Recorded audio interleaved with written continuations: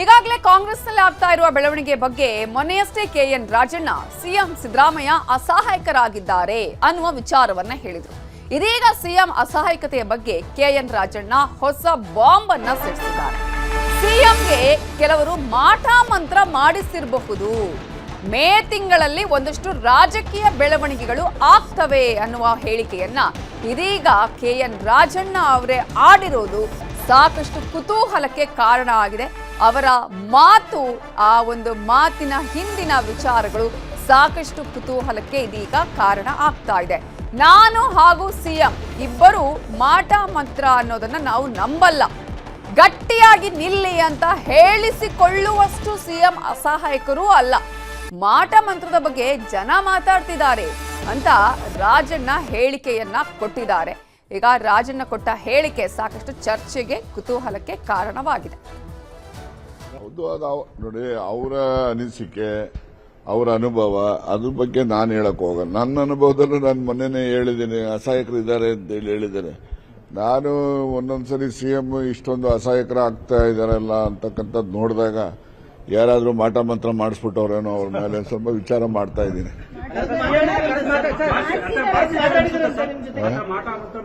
ಅದನ್ನ ವಿಚಾರ ಮಾಡ್ತಾ ಇದ್ದೀನಿ ಅಂದ್ರೆ ಅದನ್ನ ನಾನು ಐ ಆಮ್ ಇನ್ವೆಸ್ಟಿಗೇಟಿಂಗ್ ಇಟ್ ಅಂತ ಮತ್ತೆ ಮಾಡ್ತಾ ಆಗಿರಬಹುದು ಅಂತ ಹೇಳಿ ಅದನ್ನ ಆಸ್ತಿಕರೋ ನಾಸ್ತಿಕರೋ ನೋಡ್ರಿ, ಆಸ್ತಿ ಯಾವಾಗಲಾದ್ರೂ ಕೂಡ ಮನುಷ್ಯನ ಮೇಲೆ ಏನಾದ್ರೂ ಪರಿಣಾಮ ಆಗಬೇಕು ಅಂದ್ರೆ ಅವ್ರು ಆಸ್ತಿಕರೇ ಆಗಿರ್ಬೇಕು ಅಂತಲ್ಲ, ಅಥವಾ ನಾಸ್ತಿಕರಾಗಿರ್ಬೇಕು ಅಂತಾನೂ ಅಲ್ಲ. ಬರ್ತಕ್ಕಂಥ ತೊಂದರೆ ಯಾರನ್ನೂ ಬಿಡೋದಿಲ್ಲ. ನಾನು ಮಾಟ ಮಂತ್ರದಲ್ಲಿ ನಂಬಿಕೆ ಇಲ್ಲದೇ ಇರೋನು, ಗೊತ್ತಾಯ್ತಾ?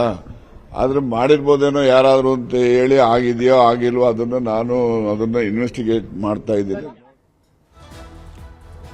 ದಾವಣಗೆರೆ ದಂಗಲ್ ಬಗ್ಗೆ ರಾಜಣ್ಣ ರಿಯಾಕ್ಷನ್ ಅನ್ನ ಕೊಟ್ಟಿದ್ದಾರೆ. ಮುಸ್ಲಿಂ ಮುಖಂಡರ ವಿರುದ್ಧ ಕ್ರಮದ ವಿಚಾರಕ್ಕೆ ಸಂಬಂಧಪಟ್ಟ ಹಾಗೆ ಸತೀಶ್ ಜಾರಕಿಹೊಳಿ ಅವರು ಕೊಟ್ಟಂತಹ ಹೇಳಿಕೆಯ ಬಗ್ಗೆ ಕೆಎನ್ ರಾಜಣ್ಣ ಪ್ರತಿಕ್ರಿಯೆಯನ್ನ ಕೊಟ್ಟಿದ್ದಾರೆ.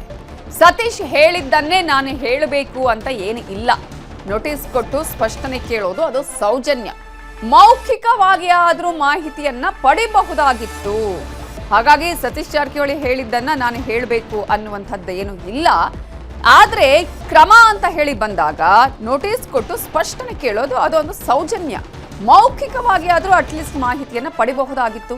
ಮುಸ್ಲಿಮರು ಕಾಂಗ್ರೆಸ್ ಪಕ್ಷಕ್ಕೆ ಬೆಂಬಲ ಕೊಟ್ಟಿದ್ದಾರೆ. ಜಮೀರ್ ಮೇಲೆ ಕ್ರಮ ಅಂತ ಬಂದ ಮೇಲೆ ನೋಡೋಣ. ಕಾಂಗ್ರೆಸ್ ಪಕ್ಷಕ್ಕೆ ಜಮೀರ್ ಮೇಲೆ ಕೋಪ ಏನಿಲ್ಲ ಅಂತಾನು ಹೇಳಿದ್ದಾರೆ. ಕಾಂಗ್ರೆಸ್ನಿಂದ ಮುಸ್ಲಿಮರಿಗೆ, ಮುಸ್ಲಿಮರಿಂದ ಕಾಂಗ್ರೆಸ್ಗೆ ಸಹಾಯ ಆಗಿದೆ ಅನ್ನುವ ಮಾತನ್ನ ಕೂಡ ಕೆಎನ್ ರಾಜಣ್ಣ ಹೇಳಿದ್ದಾರೆ. ನೀವು ಈ ತರ ಅವ್ರು ಹೇಳಿದ್ದಾರೆ ಅಂತಾನೆ ನಾನು ಅದೇ ಹೇಳ್ಬೇಕು ಅಂತಾನ, ಅದು ಅವ್ರ ಅಭಿಪ್ರಾಯ. ಅವ್ರು ಹೇಳಿದ್ದಾರೆ, ಯಾರ ಮೇಲೆ ಏನೇ ಒಂದು ಕ್ರಮ ಅಂತ ಆಗ್ಬೇಕು ಅಂದ್ರೆ ಅವರನ್ನ ಕೇಳ್ತಕ್ಕಂಥದ್ದು ಸೌಜನ್ಯಕ್ಕಾದ್ರೂ ಕೂಡ ಏನಪ್ಪಾ ನೀನು ತಪ್ಪು ಮಾಡಿದ್ಯಾ ಅಂತಕ್ಕಂಥದ್ದನ್ನ ಕೇಳೋದು ಸೌಜನ್ಯ, ಕೇಳಬೇಕು ಅಂತ ಅವರು ಹೇಳಿದ್ದಾರೆ. ಅದು ಸಾಮಾಜಿಕವಾಗಿ ಎಲ್ಲರೂ ಒಪ್ಪುವಂತ ಮಾತನ್ನ ನೋಟಿಸೇ ಕೊಡಬೇಕು ಅಂತಿಲ್ಲ. ಆದ್ರೆ ಜಮೀರ್ ಅವ್ರ ಮೇಲೆ, ಇನ್ನೊಬ್ಬರ ಮೇಲೆ, ಮತ್ತೊಬ್ಬರ ಮೇಲೆ ಏನಾದರೂ ಕ್ರಮಗಳು ಅದು ಇದು ಅಂತಕ್ಕಂಥದ್ದು ಪ್ರಸ್ತಾಪಗಳು ಬಂದಾಗ ಆಗಂದಾಕ್ಷಣಕ್ಕೆ ಪೂರ್ಣ ಮುಸ್ಲಿಂ ಸಮುದಾಯನೇ ಕಾಂಗ್ರೆಸ್ ವಿರುದ್ಧ ಅಂತಾಗ್ಲಿ, ಅಥವಾ ಅವ್ರ ಮೇಲೆ ಕಾಂಗ್ರೆಸ್ಗೆ ಕೋಪ ಇದೆ ಅಂತ ಭಾವನೆ ಆಗಲಿ ಆ ಸಮುದಾಯದಲ್ಲೂ ಕೂಡ ಬರಬಾರ್ದು. ಅವರು ಕೂಡ ಸಂಬಂಧಪಟ್ಟವ್ರ ಜೊತೆನಲ್ಲಿ ಸಂಪರ್ಕ ಮಾಡಿ ಈ ರೀತಿ ಆರೋಪಗಳನ್ನು ಮಾಡೋದಕ್ಕಿಂತ ಮುಂಚಿತವಾಗಿ ನೀವು ಈ ತರ ಹೇಳೋದು ಸರಿ ಇಲ್ಲ ಅಂತ ಹೇಳಿ ಅವ್ರಿಗೂ ಕೂಡ ಅವ್ರು ಹೇಳ್ಬೇಕಾಗ್ತದೆ. ತನಗೆ ತಾನಾಗೆ ಊಹೆ ಮಾಡಿಕೊಂಡು ಈಗ ಕಾಂಗ್ರೆಸ್ ಪಕ್ಷ ಮುಸ್ಲಿಂ ಸಮುದಾಯಕ್ಕೆ ವಿರೋಧ ಇದೆ ಅಂತಕ್ಕಂಥ. ದಾವಣಗೆರೆ ಟಿಕೆಟ್ ಘೋಷಣೆ ಮಾಡಿದಾಗ ಮುಸ್ಲಿಮರು ಇದ್ರು, ಅವರ ಎದುರೇ ಯಾರಿಗೆ ಟಿಕೆಟ್ ಕೊಡಬೇಕು ಅನ್ನುವ ಚರ್ಚೆ ಆಗಿತ್ತು ಅಂತ ಹೇಳಿ ಗುಂಡ್ಲುಪೇಟೆಯಲ್ಲಿ ಸಿಎಂ ಸಿದ್ದರಾಮಯ್ಯ ಹೇಳಿಕೆಯನ್ನ ಕೊಟ್ಟಿದ್ದಾರೆ. ಹೈಕಮಾಂಡು ತೀರ್ಮಾನ ತಗೊಳ್ಳುವಾಗ ಅಲ್ಪಸಂಖ್ಯಾತ ಲೀಡರ್ಗಳಿದ್ದರು, ಅವ್ರ ಎದುರುಗಡೆನೆ ತೀರ್ಮಾನ ಆಯಿತು, ಅವರು ಒಪ್ಕೊಂಡ್ರು. ಆಮೇಲೆ ಯಾಕೆ ಕೆಲವರು ವಿರೋಧ ಮಾಡಿದ್ರು? ಎರಡೂ ಕಡೆ ಗೆಲ್ತೀವಿ. ಹೈಕಮಾಂಡು ತೀರ್ಮಾನ ತಗೊಳ್ಳುವಾಗ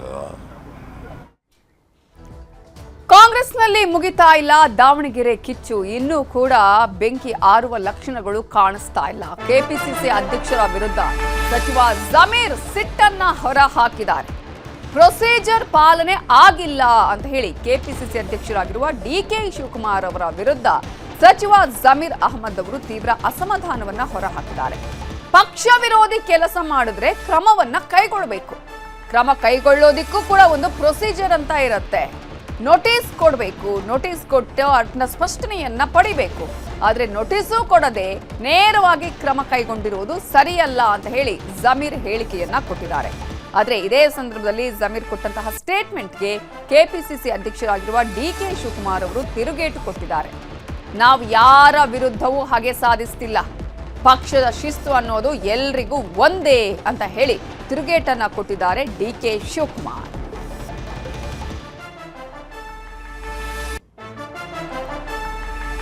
ಮಾಡಿದರೆ ಅದು ಪ್ರೊಸೀಜರ್ ಇರ್ತದೆ. ಪ್ರೊಸೀಜರ್ ಸತೀಶ್ ಜಾರಕಿಹೊಳಿ ಏನಿರೋದು ಪ್ರೊಸೀಜರ್ ಪ್ರಕಾರ ಮಾಡಬೇಕಾಗಿತ್ತು, ನೋಟಿಸ್ ಕೊಡಬೇಕಾಗಿತ್ತು, ರಿಪ್ಲೈ ತೊಗೊಳ್ಬೇಕಾಗಿತ್ತು, ರಿಪ್ಲೈ ಆದಮೇಲೆ ಮಾಡಬೇಕಾಗಿತ್ತು ಅಂತ ಹಂಗೆ ಹೇಳಿರೋದು.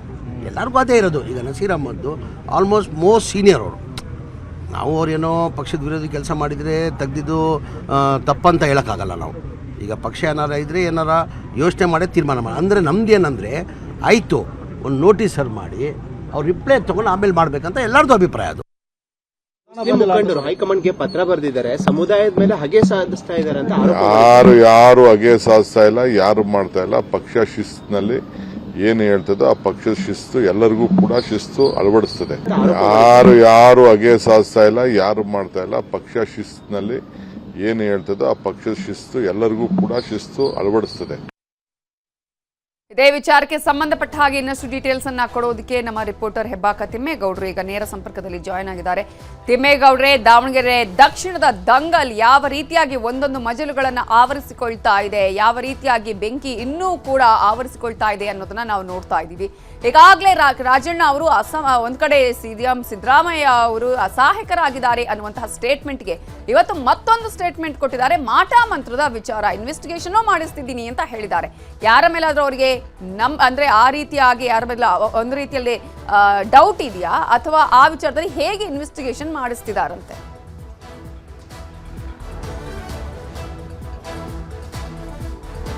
ಕಾಂಗ್ರೆಸ್ನೊಳಗೆ ಅಂಥದ್ದೊಂದು ಮಾಟ ಮಂತ್ರದ ಒಂದು ಪ್ರಯತ್ನ ಮಾಡಿರ್ಬೋದು ಅನ್ನುವಂಥದ್ದು ಕೆ.ಎನ್. ರಾಜಣ್ಣ ಸೇರಿದಂತೆ ಸಿಎಂ ಆಪ್ತರ ಒಂದು ಶಂಕೆ. ಇದನ್ನ ಸಿಎಂ ಆಪ್ತವಲಯದಲ್ಲಿ ಗುರುತಿಸಿಕೊಂಡಿರ್ತಕ್ಕಂಥ ಮಾಜಿ ಸಚಿವ ಕೆ.ಎನ್. ರಾಜಣ್ಣನವರು ಇವತ್ತು ಸಿಎಂ ಅಸಹಾಯಕತೆ ಬಗ್ಗೆ ಪ್ರತಿಕ್ರಿಯಿಸುವಂತ ಸಂದರ್ಭದಲ್ಲಿ ಇಂಥದ್ದೊಂದು ಹೊಸ ಬಾಂಬನ್ನ ಸಿಡಿಸಿರುವಂತದ್ದು. ಯಾಕಂತ ಹೇಳಿದ್ರೆ ಸಿಎಂ ಸಿದ್ದರಾಮಯ್ಯನವರು ಒಂದು ರೀತಿ ನಾಸ್ತಿಕರು, ಅವರು ಮಾಟ ಮಂತ್ರ ಆಗಿರ್ಬೋದು, ಬೇರೆ ಬೇರೆ ರೀತಿಯಾದಂತಹ ಈ ಒಂದು ಮೌಢ್ಯತೆಯ ವಿರುದ್ಧವಾಗಿ ಅವರು ನಡ್ಕೊಳ್ತಿರುವಂತದ್ದು. ಇಂಥ ಸಂದರ್ಭದಲ್ಲಿ ಸಿಎಂ ಸಿದ್ದರಾಮಯ್ಯನವರ ವಿರುದ್ಧ ಮಾಟ ಮಂತ್ರ ಆಗಿದೆ ಎನ್ನುವಂತ ಒಂದು ನಿಟ್ಟಿನಲ್ಲಿ ಅವರ ಒಂದು ಆಪ್ತ ಮಾಜಿ ಸಚಿವ ಕೆ.ಎನ್. ರಾಜಣ್ಣನವರು ಈ ಒಂದು ಹೇಳಿಕೆಯನ್ನ ಕೊಟ್ಟಿರುವಂತದ್ದು.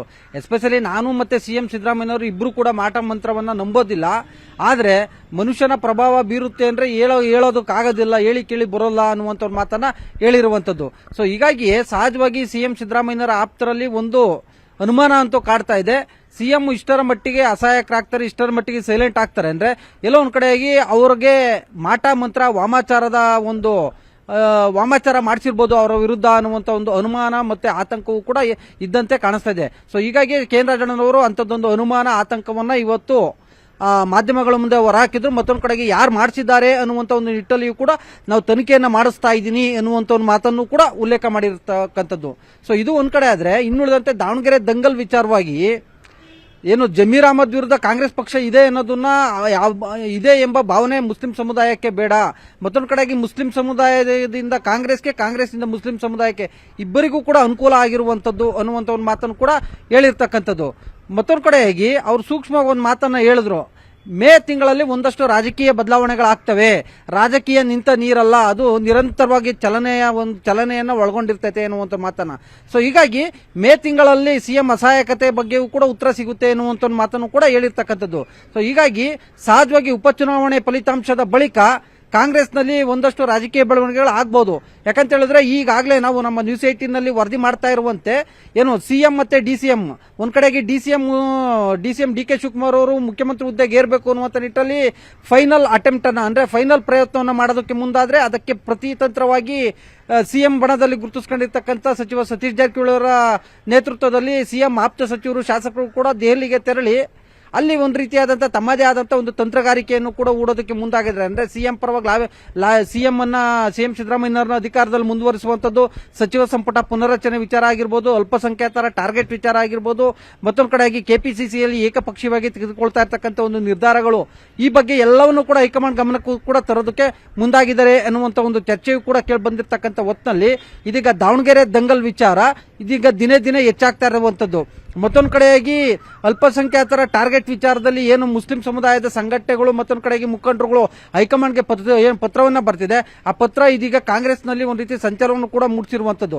ಯಾಕಂತ ಹೇಳಿದ್ರೆ ಕಾಂಗ್ರೆಸ್ಗೆ ಮತ ಬ್ಯಾಂಕ್ ಅಂದ್ರೆ ಅಲ್ಪಸಂಖ್ಯಾತರು, ಇದೀಗ ಅಲ್ಪಸಂಖ್ಯಾತರನ್ನೇ ಟಾರ್ಗೆಟ್ ಮಾಡ್ತಾ ಇದ್ದಾರೆ ಎನ್ನುವಂತ ನಿಟ್ಟಿನಲ್ಲಿ ಮುಸ್ಲಿಂ ಧರ್ಮಗುರುಗಳು ಮತ್ತೆ ಮೌಲ್ವಿಗಳು ಆರೋಪವನ್ನು ಮಾಡ್ತಾ ಇದ್ದಾರೆ. ಪತ್ರವನ್ನು ಬರೆದಿರ್ತಕ್ಕಂಥ ಹಿನ್ನೆಲೆಯಲ್ಲಿ ಇದೀಗ ಜಮೀರ್ ಅಹಮದ್ ಅವರು ಕೂಡ ಒಂದು ರೀತಿ ಮೌನವನ್ನು ಮುರಿದಿರ್ತಕ್ಕಂಥದ್ದು. ಏಕಾಏಕಿಯಾಗಿ ವಿತೌಟ್ ನೋಟಿಸ್ ಕ್ರಮವನ್ನು ಕೈಗೊಂಡಿದ್ದು ಸರಿಯಲ್ಲ ಅನ್ನುವಂತ ಒಂದು ಮಾತನ್ನು ಹೇಳೋದ್ರ ಮುಖಾಂತರ ಡಿ.ಕೆ. ಶಿವಕುಮಾರ್ ವಿರುದ್ಧ ಇದೀಗ ಅಸಮಾಧಾನವನ್ನು ಕೂಡ ಹೊರಹಾಕಿದ್ದಾರೆ. ಮತ್ತೊಂದು ಕಡೆಗೆ ಡಿ.ಕೆ. ಶಿವಕುಮಾರ್ ಅವರು ಕೂಡ ಕಾಂಗ್ರೆಸ್ ಯಾರ ವಿರುದ್ಧವೂ ಕೂಡ ಹಗೆ ಸಾಧಿಸ್ತಾ ಇಲ್ಲ, ಪಕ್ಷದ ಶಿಸ್ತು ಎಲ್ಲರೂ ಕೂಡ ಅಳವಡಿಸಿಕೊಳ್ಬೇಕಾಗುತ್ತೆ ಅನ್ನುವಂತ ಒಂದು ಮಾತನ್ನು ಹೇಳೋದ್ರ ಮುಖಾಂತರ ಜಮೀರ್ ಅಹಮದ್ ವಿರುದ್ಧ ತಿರುಗೇಟನ್ನು ಕೂಡ ಕೊಟ್ಟಿರುವಂತದ್ದು. ಸೊ ಹೀಗಾಗಿ ಈ ಒಂದು ಕಾಂಗ್ರೆಸ್ನೊಳಗಿನ ಈ ಒಂದು ಆಂತರಿಕ ಕಚ್ಚಾಟವನ್ನ, ಆಂತರಿಕ ಬೆಳವಣಿಗೆಗಳನ್ನ ನೋಡ್ತಾ ಹೋದ್ರೆ ಎಲ್ಲೋ ಒಂದ್ ಕಡೆಗೆ ಕೆ ಎನ್ ರಾಜಣ್ಣನವರು ಹೇಳಿರುವಂತೆ ಮೇ ತಿಂಗಳಲ್ಲಿ ಒಂದಷ್ಟು ರಾಜಕೀಯ ಬದಲಾವಣೆಗಳು ಅಥವಾ ರಾಜ್ಯ ರಾಜಕಾರಣದಲ್ಲಿ ರಾಜಕೀಯ ಧ್ರುವೀಕರಣ ಆದ್ರೂ ಕೂಡ ಅಚ್ಚರಿ ಪಡಬೇಕಾಗಿಲ್ಲ ಅನ್ನುವಂಥದ್ದು ಇಲ್ಲಿ ಸ್ಪಷ್ಟವಾಗಿ ಕಂಡು ಬರ್ತಾ ಇದೆ. ನವಿತಾ ಏನೇನಾಗತ್ತೆ ಮೇ ಕ್ರಾಂತಿ ಅಂತ ಹೇಳಿ. ಥ್ಯಾಂಕ್ ಯು ಸೋ ಮಚ್ ತಿಮ್ಮೇಗೌಡ್ರೆ ಡೀಟೇಲ್ಸ್. ಬಿಡದೆ ಕಾಡ್ತಿದೆ ಬಿಟ್ಕಾಯಿನ್ ಕೇಸ್. ಕಾಂಗ್ರೆಸ್ ನಾಯಕರಿಗೆ ಬಿಸಿ ಮುಟ್ಟಿಸಿದೆ ಇಡಿ. ಶ್ರೀಕಿ ಜೊತೆ ಯಾರಿಗೆ ಹೇಗೆಲ್ಲ ನಂಟು?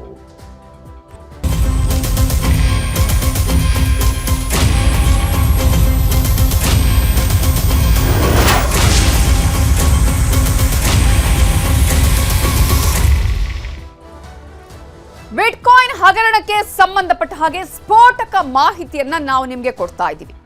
ನಲಪಾಡ್ ಹಾಗೇನೆ ಶ್ರೀಕಿ ನಡುವೆ ಹಣಕಾಸು ವ್ಯವಹಾರ ಹೇಗಿತ್ತು, ಯಾವ ರೀತಿಯಾಗಿ ಹಣಕಾಸಿನ ವ್ಯವಹಾರ ಎಷ್ಟು ವರ್ಷಗಳಿಂದ ನಿರಂತರವಾಗಿ ನಡೆದಿತ್ತು, ಕೋಟಿ ಹಣದ ವ್ಯವಹಾರ ಇವರಿಬ್ಬರ ನಡುವೆ ನಡೆದಿರುವಂತಹ ಶಂಕೆ ಇದೆ. ಕಿಂಗ್ ಪಿನ್ ಶ್ರೀಕಿ ಮನೆಯಲ್ಲಿ ಇವತ್ತು ಕೂಡ ಇಡಿ ಅಧಿಕಾರಿಗಳು ಶೋಧ ಮಾಡ್ತಿದ್ದಾರೆ. ನಿನ್ನೆ ಬರೋಬ್ಬರಿ 12 ಕಡೆಗಳಲ್ಲಿ ಇಡಿ ಅಧಿಕಾರಿಗಳು ದಾಳಿ ಮಾಡಿ ದಾಖಲೆಗಳ ಪರಿಶೀಲನೆ ಮಾಡಿದ್ದಾರೆ. ಜೊತೆಗೆ ಹ್ಯಾರಿಸ್ ಆಗಿರ್ಬೋದು, ನಲಪಾಡ ಆಗಿರ್ಬೋದು, ಶ್ರೀಕಿ ಇವರ ಮಧ್ಯೆ ಯಾವ ರೀತಿಯ ನಂಟು ಇದೆ, ವ್ಯವಹಾರದ ನಂಟು ಇದೆ ಅನ್ನೋದ್ರ ಬಗ್ಗೆನೂ ನಿನ್ನೆ ಪರಿಶೀಲನೆ ಮಾಡ್ತಾ ಇದ್ರು. ಇವತ್ತು ಕೂಡ ಶ್ರೀಕಿ ಮನೆಯಲ್ಲಿ ಇಡಿ ಶೋಧ ಕಂಟಿನ್ಯೂ ಆಗಿದೆ. ಜಯನಗರದ ಶ್ರೀಕಿ ಮನೆಯಲ್ಲಿ ದಾಖಲೆಗಳಿಗೆ ಹುಡುಕಾಟವನ್ನ ಮಾಡ್ತಾ ಇದ್ದಾರೆ ಅಧಿಕಾರಿಗಳು. ಇಡಿ ಅಧಿಕಾರಿಗಳಿಂದ ಹ್ಯಾಕರ್ ಶ್ರೀಕಿಯನ್ನ ಬಂಧನಕ್ಕೆ ಒಳಪಡುವ ಸಾಧ್ಯತೆ ಇದೆ. ಶ್ರೀಕಿಯನ್ನ ಬ್ಯಾಂಕ್ಗೆ ಕರೆದೊಯ್ದು ಪರಿಶೀಲನೆ ಮಾಡುವ ಸಾಧ್ಯತೆ ಕೂಡ ಇದೆ.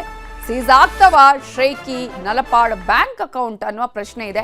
ಹ್ಯಾರಿಸ್ ಹಾಗೂ ಅವರ ಮಗ ಒಮರ್ ನಲಪಾಡ್ಗೂ ಟೆನ್ಷನ್ ಈಗ ಉಂಟಾಗಿದೆ. ಕಾರಣ ಈಗ ಮೊಹಮ್ಮದ್ ನಲಪಾಡ್ಗೆ ಪರಿಚಯ ಮಾಡಿದ್ದೆ ಒಮರ್ ಶ್ರೀಕಿಯನ್ನ, ಶ್ರೀಕಿ ಕ್ಲಾಸ್ಮೇಟ್ ಒಮರ್ದು. ಹಾಗಾಗಿ ಅವರು ಪರಿಚಯ ಮಾಡಿ ಆನಂತರ ನಲಪಾಡ್ಗೂ ಕೂಡ ಕ್ಲೋಸ್ ಆಗಿರೋದು, ವ್ಯವಹಾರವನ್ನ ಮಾಡಿರೋದು, ಜೊತೆಗೆ ಹಣದ ವ್ಯವಹಾರ ಇದರಲ್ಲಿ ಬಹಳ ಜೋರಾಗಿ ನಡೆದಿರುವುದು. ಈ ಹಿನ್ನೆಲೆಯಲ್ಲಿ ಎಲ್ಲಾ ಆಂಗಲ್ ಅಲ್ಲೂ ತನಿಖೆಯನ್ನ ಮಾಡ್ತಿದ್ದಾರೆ ಇಡಿ ಅಧಿಕಾರಿಗಳು. ಈಗಾಗಲೇ ನಿನ್ನೆಯಷ್ಟೇ ಶಾಸಕ ಹ್ಯಾರಿಸ್ ಮನೆಗೆ ದಾಳಿಯನ್ನ ಮಾಡಲಾಗಿತ್ತು. ಇಡಿ ಅಧಿಕಾರಿಗಳು ರೇಡ್ ಮಾಡಿದ್ರು. ಈ ಹಿನ್ನೆಲೆಯಲ್ಲಿ ಶಾಸಕ ಹ್ಯಾರಿಸ್ ಮನೆಗೆ ಸಚಿವ ಜಮೀರ್ ಅಹಮದ್ ಅವರು ಭೇಟಿಯನ್ನ ಕೊಟ್ಟಿದ್ದಾರೆ. ಬೆಂಗಳೂರಿನ ಅಶೋಕ ನಗರದಲ್ಲಿರುವಂತಹ ಎನ್ಎ ಹ್ಯಾರಿಸ್ ಅವರ ಮನೆಗೆ ಇದೀಗ ಸಚಿವ ಜಮೀರ್ ಅಹಮದ್ ಅವರು ಭೇಟಿಯನ್ನ ನೀಡಿದ್ದಾರೆ. ಜಮೀರ್ ಅಹಮದ್ ಜೊತೆಗೆ ಆಗಮಿಸಿದ್ದಾರೆ ನಜೀರ್ ಅಹಮದ್ ಅವರು. ಈಗ ಇಡಿ ದಾಳಿಯ ಬಗ್ಗೆ ಮಾಹಿತಿಯನ್ನ ಪಡಿತಾ ಇದ್ದಾರೆ ಸಚಿವ ಜಮೀರ್ ಅಹಮದ್ ಹಾಗೇನೆ ನಜೀರ್ ಅಹಮದ್ ಅವರು. ನಿನ್ನೆ ಇಡಿ ದಾಳಿಯನ್ನ ಮಾಡಿತ್ತು. ದಾಳಿ ಮಾಡಿದ ಬಳಿಕ ಸಾಕಷ್ಟು ರೀತಿಯಾದಂತಹ ಬೆಳವಣಿಗೆಗಳು ಕೂಡ ಆಗಿದೆ. ಅಷ್ಟು ಮಾತ್ರ ಅಲ್ಲ, ಅನೇಕ ದಾಖಲೆಗಳ ಪರಿಶೀಲನೆಯನ್ನ ಕೂಡ ಇಡಿ ಅಧಿಕಾರಿಗಳು ಮಾಡಿದ್ದಾರೆ. ಹ್ಯಾರಿಸ್ ಆಗಿರ್ಬೋದು, ನಲ್ಪಾಡ್ ಆಗಿರ್ಬೋದು, ಅವರ ಮನೆ ಕಚೇರಿ ಮೇಲೆ ಕೂಡ ದಾಳಿಯನ್ನ ಮಾಡಿದ್ರು. ಶಾಸಕ ಹ್ಯಾರಿಸ್ ಹಾಗೂ ಮಕ್ಕಳ ಮೇಲೆ ಇಡಿ ರೇಡ್ ವಿಚಾರಕ್ಕೆ ಸಂಬಂಧಪಟ್ಟ ಹಾಗೆ ಬಿಜೆಪಿಯವರ ಮೇಲೆ ಇಡಿ ರೇಡ್ ಯಾಕಾಗಲ್ಲ ಅಂತ ಹೇಳಿ ಸಚಿವ ಜಮೀರ್ ಅಹಮದ್ ಅವರು ಪ್ರಶ್ನೆ ಕೇಳಿದ್ದಾರೆ. ಇಡೀ ದೇಶದಲ್ಲಿ ಕಾಂಗ್ರೆಸ್ನವರೇ ಸಿಗ್ತಾರಾ, ನನ್ನ ಮನೆಯ ಮೇಲೂ ಕೂಡ ರೇಡ್ ಆಗಿತ್ತು, ಬಿಜೆಪಿಗರ ಮೇಲೆ ರೇಡ್ ಆಗಿರೋದನ್ನ ಒಂದಾದ್ರೂ ತೋರಿಸಿ, ತನಿಖೆಯಿಂದ ಸತ್ಯಾಂಶ ಹೊರಗೆ ಬರಲಿ ಅಂತ ಹೇಳಿ ಜಮೀರ್ ಅಹಮದ್ ಅವರು ಹೇಳಿಕೆಯನ್ನ ನೀಡಿದ್ದಾರೆ. ನೋಡಿರ್ಬೋದು, ಈಗ ಯಾವತ್ತನ BJP ಅವ್ರ ಮೇಲೆ ಯಾವ್ದಾನ ರೇಡ್ ಆಗಿದೆಯಾ? BJP ಮುಖಂಡರ ಮೇಲೆ ನಮ್ಮ ರಾಜ್ಯದಲ್ಲಿಲ್ಲ, ಇಡೀ ದೇಶದಲ್ಲಿ ಬರೀ ಕಾಂಗ್ರೆಸ್ ಅವರೇ ಸಿಕ್ಕದ. ಈಗ ನನ್ನ ಮನೆಯಲ್ಲೂ ರೇಡ್ ಆಗಿತ್ತು, ಭಾಳ ಜನ ಕಾಂಗ್ರೆಸ್ ಮುಖಂಡರಿಗೆಲ್ಲ ರೇಡ್ ಆಗಿದ್ದು, ನಿನ್ನೆ ಹಾರೀಸ್ ಅವ್ರಿಗೆ ರೇಡ್ ಆಗಿದ್ದಾರೆ. ಯಾವತ್ತನ BJP ಅವ್ರ ಮುಖಂಡರ ಮೇಲೆ ರೇಡ್ ಆಗಿರುತ್ತೋ ತೋರಿಸಿ, ಒಂದು ಉದಾಹರಣೆ ತೋರಿಸಿ ನನಗೆ, ಒಂದು ಉದಾಹರಣೆ. ನಾನು ಮಾಡಿದ ತಪ್ಪಂತ ಇಲ್ಲ, ಏನೋ ಒಂದು ಇದೆ ಮಾಡಿರ್ಬೋದು. ಆ ತನಿಖೆ ನಡೀತಾ ಇದೆ, ತನಿಖೆ ನಡೆದಾದ್ಮೇಲೆ ಸತ್ಯಾಂಶ ಆಚೆ ಬರ್ತದೆ. What ever it is.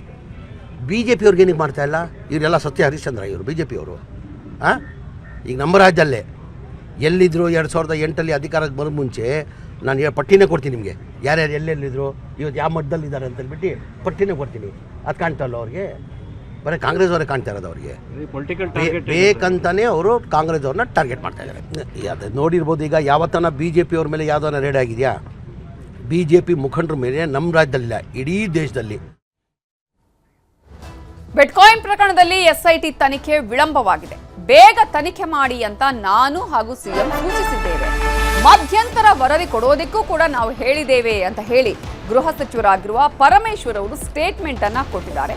Bitcoin ಪ್ರಕರಣದಲ್ಲಿ ಈಗಾಗಲೇ SIT ತನಿಖೆ ಮುಗಿದಿದೆ, ಆದರೆ ಚಾರ್ಜ್ ಶೀಟ್ ಅನ್ನ ಇನ್ನೂ ಕೂಡ ಸಲ್ಲಿಸಿಲ್ಲ. ತನಿಖೆ ವಿಳಂಬ ಆಗಿದೆ. ಸೊ ತನಿಖೆ ಮಾಡಬೇಕು ಬೇಗ ಅಂತ ಹೇಳಿ ನಾನು ಹಾಗೆಯೇ ಸಿಎಂ ಕೂಡ ಸೂಚನೆಯನ್ನ ಕೊಟ್ಟಿದ್ದೇವೆ. ಈಗಾಗಲೇ ಮಧ್ಯಂತರ ವರದಿ ಕೊಡೋದಕ್ಕೂ ಹೇಳಿದ್ದೇವೆ ಅಂತ ಗೃಹ ಸಚಿವರಾಗಿರುವ ಪರಮೇಶ್ವರ್ ಅವರು ಹೇಳಿದ್ದು, SIT ಅವರಿಂದಲೂ ED ಮಾಹಿತಿ ಪಡೆದಿರಬಹುದು. ಯಾರ ಜೊತೆ ಯಾರ್ಯಾರಿಗೆ ನಂಟಿದೆ ಅಂತ ED ಹೇಳಬೇಕು. ರಾಜಕೀಯ ಬಿಟ್ಟು ಸತ್ಯ ಏನಿದೆ ಅದನ್ನ ನೋಡಬೇಕು ಅಂತ ಗೃಹ ಸಚಿವ ಪರಮೇಶ್ವರ್ ಸ್ಟೇಟ್ಮೆಂಟ್ ಅನ್ನ ಕೊಟ್ಟಿದ್ದಾರೆ. ನಾವು ರಾಜ್ಯದಲ್ಲಿ ಇದಕ್ಕಾಗಿ ಒಂದು SIT ಮಾಡಿತ್ತು. SIT ತನಿಖೆ ಮಾಡಿ ಸಂಪೂರ್ಣ ಕೊನೆಯ ಹಂತದಲ್ಲಿ ಇದೆ. ಅವರು ಕೂಡ ಕೆಲವು, ಯಾಕೆಂದರೆ ಇದು ನ್ಯಾಷನಲ್ ಇಂಟರ್ನ್ಯಾಷನಲ್ ಪ್ರಾಕ್ಸಿಮಿಟಿಯನ್ನು ತೆಗೆದುಕೊಂಡಿರೋದ್ರಿಂದ ಅನೇಕ ವಿಚಾರಗಳಲ್ಲಿ ಅವರು ಮಾಹಿತಿಗಳನ್ನು ಕಲೆ ಹಾಕಿ ಅವ್ರಿಗೂ ಇವತ್ತು ವರದಿಯನ್ನು ಕೊಡಬೇಕು. SIT ಅವರು ಅಂತಿಮ ಮಾಡಬೇಕು, ಚಾರ್ಜ್ ಶೀಟ್ ಫೈಲ್ ಮಾಡಬೇಕು. ಆ ಹಂತದಲ್ಲಿ ಇದೆ ಅಂತ ಹೇಳಿ ನಮ್ಮ ಅಧಿಕಾರಿಗಳು ತಿಳಿಸಿದ್ದಾರೆ. ಒಂದು ಕಡೆ SIT, ಇನ್ನೊಂದು ಕಡೆ ಈ ED, ಅದಕ್ಕೇನಾದರೂ ಕನೆಕ್ಟ್ ಇದ್ದರೆ ಅದನ್ನು ಅವರೇ ಹೇಳಬೇಕಾಗ್ತದೆ. ಯಾಕೆಂದರೆ ನಮಗೆ ಇನ್ನೂವರೆಗೆ ಅದರ ಬಗ್ಗೆ ಮಾಹಿತಿಗಳು ಇಲ್ಲ, ಯಾವುದೇ ರೀತಿಯ ಮಾಹಿತಿಗಳು ಇಲ್ಲ.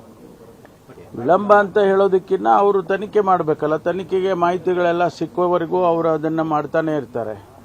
ಅದರಲ್ಲಿ ಸ್ವಲ್ಪ ಮಟ್ಟಿಗೆ ವಿಳಂಬ ಆಗಿದೆ ಅಂತ ನಮಗೆ ಮೇಲ್ನೋಟಕ್ಕೆ ಅನಿಸ್ಬೋದು, ಆದರೆ ಅವ್ರಿಗೆ ಮಾಹಿತಿಗಳು ಸಿಗಬೇಕಲ್ಲ, ಅದು ಭಾಳ ಟೆಕ್ನಿಕಲ್ ಆದದ್ರಿಂದ ಅವರು ಸ್ವಲ್ಪ ಮಾಹಿತಿಗಳನ್ನು ಕಲೆ ಹಾಕೋದ್ರಲ್ಲಿ ಸ್ವಲ್ಪ ನಿಧಾನ ಆಗಿದೆ ಅಂತ ನನಗೂ ಅನಿಸುತ್ತೆ.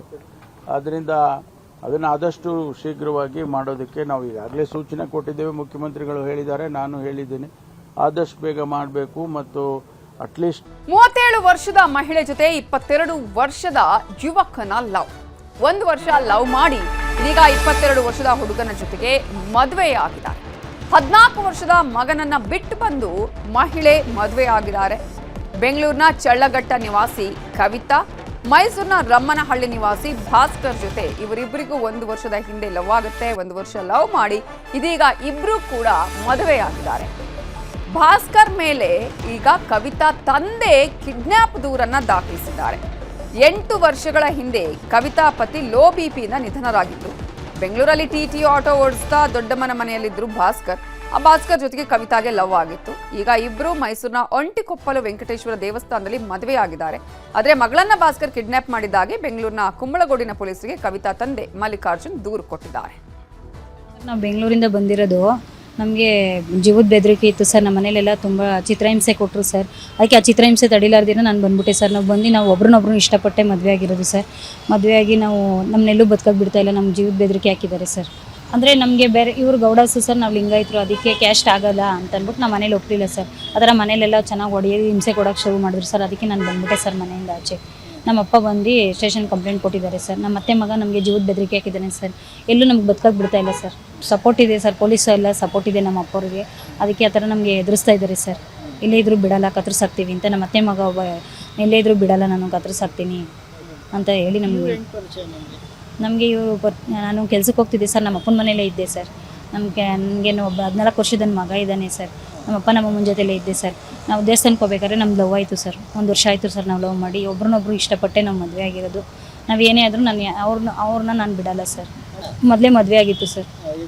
ಯಜಮಾನ್ರು ತೀರೋಗಿದ್ದಾರೆ ಸರ್. 1 ವರ್ಷದಿಂದ ಲವ್ ಸರ್. ಕ್ಯಾಸ್ಟು ಅವ್ರ ಗೌಡಾಸು, ನಾವು ಲಿಂಗಾಯತರು ಅಂತ ಸರ್. ಅದೇ ನಮ್ಗೆ ಜೀವದ ಬೆದರಿಕೆ ಐತೆ ಸರ್, ಅದಕ್ಕೆ ಸರ್ ಬಂದ್ವಿ ಸರ್. ಇಲ್ಲ ಸರ್, ಮನವಿ ಕೊಡೋಣ ಅಂತಲೇ ಬಂದ್ವಿ ಸರ್. ಇಲ್ಲಿ ಎಸ್ ಪಿ ಸರ್ ಸಿಗಲಿಲ್ಲ ಸರ್. ಹಾಂ ಸರ್, ನಮ್ಮ ಫ್ಯಾಮಿಲಿಯಿಂದ ನಮಗೆ ಬದುಕಾಗಿ ಬಿಡಬೇಕು ಸರ್. ನಮ್ಮ ಫ್ಯಾಮಿಲಿಯಿಂದ ನಾವು 1 ವರ್ಷದಿಂದ ಲವ್ ಮಾಡ್ತಾ ಇದ್ದೋ. 1 ವರ್ಷದಿಂದ ಲವ್ ಮಾಡಿ ನಾವು ಮದುವೆ ಮಾಡ್ಕೊಬೇಕು ಅಂತಲೂ ಇದ್ದೋ.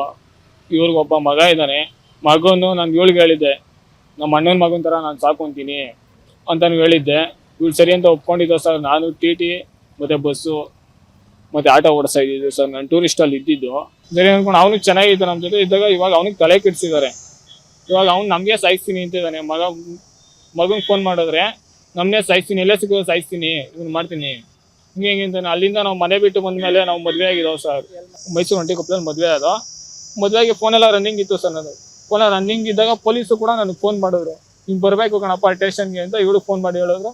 ಸರಿ ಸರ್ ಆಯಿತು ಬರ್ತೀವಿ ಅಂತಲೂ ನಾವು ಒಪ್ಕೊಂಡು, ನಾವು ನಾಳೆ ಬರ್ತೀವಿ ಸರ್, ಇವತ್ತು ಬರೋಕ್ಕಾಗಲ್ಲ ಅಂತ ಒಪ್ಕೊಂಡಿದ್ದು. ಆದಮೇಲೆ ಇವ್ರ ಅತ್ತೆ ಮಗ ಫೋನ್ ಮಾಡಿ, ಅವ್ನು ಎಲ್ಲೇ ಇದ್ರು ಬಿಡಲ್ಲ, ನಾನು ಕತ್ರಿಸಾಕ್ತೀನಿ ಅಂತ ನನ್ನ ಮೇಲೆ ಬಂದ. ಎಲ್ಲೇ ಇದ್ರು ನಿಮ್ಗೆ ಬಿಡಲ್ಲ, ನಿಮ್ಮನ್ನ ಕತ್ರಿಸಾಕ್ತೀನಿ. ಪ್ರತಿಯೊಂದು ಊರಲ್ಲೆಲ್ಲ ನೋಡಿದ್ರೆ ಟಾರ್ಚರ್ ಕೊಡ್ತಿದ್ದಾರೆ ನಮ್ಮ ಮನೆಯವ್ರಿಗೆ. ಟಾರ್ಚರ್ ಕೊಟ್ಟು ಕಂಪ್ಲೇಂಟ್ ಕೊಟ್ಟಿದ್ದಾರೆ. ಅದಾದ್ಮೇಲೆ ನಾವು ಹೋಗೋಣ ಅಂತಾನೆ ಇತ್ತು ಸರ್. ನಾವು ಹೋಗೋಣ ಅಂತ ಇದ್ಮೇಲೆ ಪ್ರಾಣಿಗೆ ಬೆದರಿಕೆ ಹಾಕಿದ್ಮೇಲೆ ಎಲ್ಲಿ ಹೋಗಿ ಏನು ಮಾಡೋಣ ಸರ್? ಸ್ಟೇಷನ್ ಮಾಡೋ ರಕ್ಷಣೆ ಇರುತ್ತೆ. ನಮ್ಗೆ ಆಚೆ ಕಡೆ ಬಂದ್ಮೇಲೆ ಏನೋ ಮಾಡಲ್ಲ ಅನ್ನೋದಕ್ಕಿಂತ ಇರುತ್ತೆ ಸರ್. ನಮ್ಮ ಜೀವಕ್ಕೆ ನಮ್ಗೆ ರಕ್ಷಣೆ ಬೇಕು. ಇಲ್ಲ ಅಂದ್ರೆ ಸರ್ ಇದೇ ವಿಚಾರಕ್ಕೆ ಸಂಬಂಧಪಟ್ಟ ಇನ್ನಷ್ಟು ಡೀಟೇಲ್ಸ್ ಕೊಡೋದಕ್ಕೆ ನಮ್ಮ ರಿಪೋರ್ಟರ್ ಆನಂದ್ ಈಗ ಫೋನ್ ಸಂಪರ್ಕದಲ್ಲಿ ಜಾಯ್ನ್ ಆಗಿದ್ದಾರೆ. ಆನಂದ್, ಲವ್ ಮಾಡಿ ಅದರಲ್ಲೂ ಕೂಡ ಆತ 22 ವರ್ಷದವನು, ಆಕೆಯನ್ನ ಮದುವೆ ಆಗೋದಕ್ಕೂ ಕೂಡ ಬಂದು ಮದುವೆ ಆಗಿ ಇದೀಗ ಬಾಳೋಣ ಅಂತ ಹೇಳಿದ್ರೆ ಇವರ ಮನೆಯವರೇ ಇವರಿಗೆ ಕಾಟ ಕೊಡ್ತಾ ಇರೋದು. ಈಗ ಪೊಲೀಸರು ಯಾವ ರೀತಿಯಾಗಿ ರಕ್ಷಣೆಯ ವಿಚಾರವನ್ನ ಹೇಳಿದ್ದಾರೆ, ಜೊತೆಗೆ ಏನಾದರೂ ಮನೆಯವರನ್ನ ಕರೆಸಿ ಮಾತನಾಡಿಸುವ ಕೆಲಸ ಮಾಡಿದಾರಾ? ನವಿತಾ, ಏನು ಬೆಂಗಳೂರಿನ ಚಲಗಟ್ಟರ ನಿವಾಸಿಯಾಗಿರುವಂತಹ ಸವಿತಾ ಹಾಗೂ ಮೈಸೂರಿನ ರಾಮನಹಳ್ಳಿಯ ಭಾಸ್ಕರ್ ಇಬ್ಬರ ನಡುವೆ ಕಳೆದ 1 ವರ್ಷದಿಂದ ಪ್ರೇಮಾಂಕರವಾಗಿ ಈಗ ಕಳೆದ 4 ತಿಂಗಳ ಹಿಂದಷ್ಟೇ ಮೈಸೂರಿನ ಒಂಟಿಕೊಪ್ಪಲ್ನಲ್ಲಿ ಮದುವೆ ಆಗಿರುವಂತದ್ದು.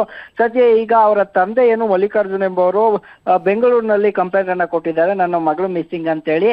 ನಾವು ಮದುವೆ ಯಾವುದೇ ಕಾರಣಕ್ಕೂ ಮಿಸ್ಸಿಂಗ್ ಆಗಿಲ್ಲ, ಆದ್ರೆ ಜಾತಿ ಬೇರೆ ಆಗಿರುವ ಹಿನ್ನೆಲೆಯಲ್ಲಿ ಅವರ ತಂದೆ ನಮ್ಮನ್ನ ಬಾಳೋದಕ್ಕೆ ಬಿಡ್ತಾ ಇಲ್ಲ, ಅವರ ಕುಟುಂಬಸ್ಥರಿಂದ ನಮ್ಗೆ ಸಮಸ್ಯೆ ಆಗ್ತಾ ಇದೆ ಅಂತ ಹೇಳಿ ಭಾಸ್ಕರ್ ಅವರು ಮೈಸೂರಿನ SP ಮೊರೆ ಹೋಗಿರುವಂತದ್ದು. ಸದ್ಯ ಮೈಸೂರಿನಲ್ಲಿ SP ಅವರು ಇಲ್ಲ, ಆದ್ರೆ ಅವರಿಗೆ ದೂರನ್ನ ನಾವು ಸಲ್ಲಿಸ್ತೇವೆ ಅಂತ ಈ ಜೋಡಿ ಬಂದಿರುವಂತದ್ದು. ಅಲ್ಲೇ ನಮ್ಗೆ ರಕ್ಷಣೆ ಬೇಕು, ನಾನು ಮದುವೆ ಆಗಿರುವ ಹುಡುಗಿಯ ಕುಟುಂಬದಿಂದ ನಮಗೆ ಜೀವ ಭಯ ಇದೆ.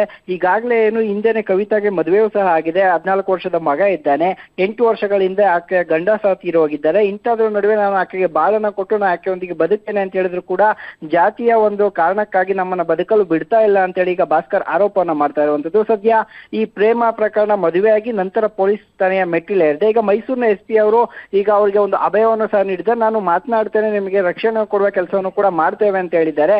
ಆದ್ರೆ ಈ ಮದುವೆ ಈ ಕವಿತಾ ಹಾಗೂ ಭಾಸ್ಕರ್ ಏನಿದೆ ಇವರು ಒಪ್ತಾ ಇಲ್ಲ. ಯಾಕಂತ ಹೇಳಿದ್ರೆ ನಮ್ಗೆ ಊರಿಗೆ ಹೋಗ್ಲಿಕ್ಕೆ ಆಗ್ತಾ ಇಲ್ಲ, ಕಳೆದ 4 ತಿಂಗಳಿಂದಲೂ ಕೂಡ ನಾವು ಮೈಸೂರಿನಲ್ಲೇ ವಾಸವಾಗಿದ್ದೇವೆ, ನಮ್ಗೆ ಕುಂಬಳಗೂಡಿಗೆ ಹೋಗಿ ನಾವು ಬದುಕನ್ನ ಕಟ್ಕೊಳ್ಬೇಕು ಅಂತಂದ್ರು ಕೂಡ, ಯಾಕಂದ್ರೆ ಭಾಸ್ಕರ್ ಎಂಬುವರು ಆಟೋ ಓಡಿಸ್ತಾರೆ, TT ಓಡಿಸ್ತಾರೆ, ಬೆಂಗಳೂರಿನಲ್ಲಿ ಅವರು ವಾಸ ಇರುವಂತದ್ದು. ಆ ಹಿನ್ನೆಲೆಯಲ್ಲಿ ನಾವು ಅಲ್ಲಿ ಹೋಗಿ ಬದುಕಲು ಕುಟುಂಬದವರು ಬಿಡ್ತಾ ಇಲ್ಲ ಅಂತ ಹೇಳ್ತಾ ಇದ್ದಾರೆ. ಸದ್ಯ ಪೊಲೀಸರು ಯಾವ ರೀತಿ ಅವ್ರನ್ನ ರಕ್ಷಣೆ ಮಾಡಿ ಕುಂಬಳಗೂಡಿನಲ್ಲಿ ಬದುಕನ್ನ ಕಟ್ಕೊಳ್ಳಲು ಅವಕಾಶ ಮಾಡ್ಕೊಡ್ತಾರೆ ಅನ್ನುವಂಥದ್ದನ್ನ ಕಾದ್ ನೋಡ್ಬೇಕು ನವಿತಾ. ಈಗ ಮಲ್ಲಿಕಾರ್ಜುನ್ ಅವರು ಈ ವಿಚಾರದಲ್ಲಿ ಇದು ಮಾಡ್ತಿದ್ದಾರೆ. ಈಗ ಭಾಸ್ಕರ್ ಮನೆಯವರು ಒಪ್ಕೊಂಡಿದ್ದಾರಾ? ಓಕೆ, ಥ್ಯಾಂಕ್ ಯು ಆನಂದ್ ಡೀಟೇಲ್ಸ್ಗೆ. ಚಾಮರಾಜನಗರದಲ್ಲಿನ ಆಕ್ಸಿಜನ್ ದುರಂತ ಪ್ರಕರಣಕ್ಕೆ ಸಂಬಂಧಪಟ್ಟ ಹಾಗೆ ಸಂತ್ರಸ್ತರಿಗೆ ಸರ್ಕಾರಿ ಉದ್ಯೋಗವನ್ನ ನೀಡಿದೆ ಸರ್ಕಾರ. ಕೊಟ್ಟ ಭರವಸೆಯನ್ನ ಈಡೇರಿಸಿದೆ ರಾಜ್ಯ ಕಾಂಗ್ರೆಸ್ ಸರ್ಕಾರ. ಅಂತೂ ಇಂತೂ ಕೊನೆಗೂ ತಾವು ಕೊಟ್ಟಂತಹ ಮಾತನ್ನ ಈಗ ಉಳಿಸಿಕೊಂಡಿದೆ ಸರ್ಕಾರ. ಯಾಕಂದ್ರೆ ಈ ಹಿಂದೆ ನಮ್ಮ ಸರ್ಕಾರ ಬಂದ್ರೆ ಖಂಡಿತವಾಗ್ಲೂ ಕೂಡ ಸಂತ್ರಸ್ತರಿಗೆ ನಾವು ಸರ್ಕಾರಿ ಉದ್ಯೋಗವನ್ನ ಕೊಡಿಸ್ತೀವಿ ಅಂತ ಹೇಳಿದ್ರು. ಆದ್ರೆ ಆ ಭರವಸೆಯಾಗಿಯೇ ಇತ್ತು. ಸರ್ಕಾರ ಬಂದು 3 ವರ್ಷ ಆದ್ರೂ ಕೂಡ ಈ ಉದ್ಯೋಗವನ್ನ ಕೊಡುವಂತಹ ಯೋಚನೆಯನ್ನು ಸರ್ಕಾರ ಮಾಡಿರಲಿಲ್ಲ. ಸದ್ಯಕ್ಕೆ ಈ ವಿಚಾರದಲ್ಲಿ ಪ್ರತಿಭಟನೆಗಳ ಮೇಲೆ ಪ್ರತಿಭಟನೆಗಳಾದ್ಮೇಲೆ ಸರ್ಕಾರ ಇದೀಗ ಉದ್ಯೋಗದ ನೇಮಕಾತಿ ಪತ್ರವನ್ನ ವಿತರಣೆ ಮಾಡಿದೆ. ಇವತ್ತು CM ಹಾಗೆಯೇ DCM ವಿತರಣೆಯನ್ನ ಮಾಡಿದ್ದಾರೆ. ಗುಂಡ್ಲುಪೇಟೆಯಲ್ಲಿ ನಡೆದಂತಹ ಸಮಾರಂಭದಲ್ಲಿ ಉದ್ಯೋಗ ಪತ್ರವನ್ನು ವಿತರಿಸಿದ್ದು, ಮೊದಲ ಹಂತದಲ್ಲಿ 25 ಮಂದಿಗೆ ಸರ್ಕಾರಿ ನೇಮಕಾತಿಯ ಒಂದು ಆದೇಶ ಪತ್ರವನ್ನು ಕೂಡ ನೀಡಲಾಗಿದೆ. 2021ರಂದು ಚಾಮರಾಜನಗರ ಜಿಲ್ಲಾಸ್ಪತ್ರೆಯಲ್ಲಿ ದುರ್ಘಟನೆ ನಡೆದಿತ್ತು. ಆಕ್ಸಿಜನ್ ಕೊರತೆಯಿಂದ 36 ಮಂದಿ ಮೃತಪಟ್ಟಿದ್ರು. ಮನೆಗೆ ಆಧಾರ ಸ್ತಂಭವಾಗಿದ್ದವರನ್ನ ಕಳ್ಕೊಂಡು ಈ ಕುಟುಂಬಗಳು ದಿಕ್ಕು ತೋಚದಂತಾಗಿತ್ತು. ಈಗ ಸಮಾಧಾನದ ನಿಟ್ಟುಸಿರು ಬಿಟ್ಟಿವೆ ಸಂತ್ರಸ್ತ ಕುಟುಂಬಗಳು.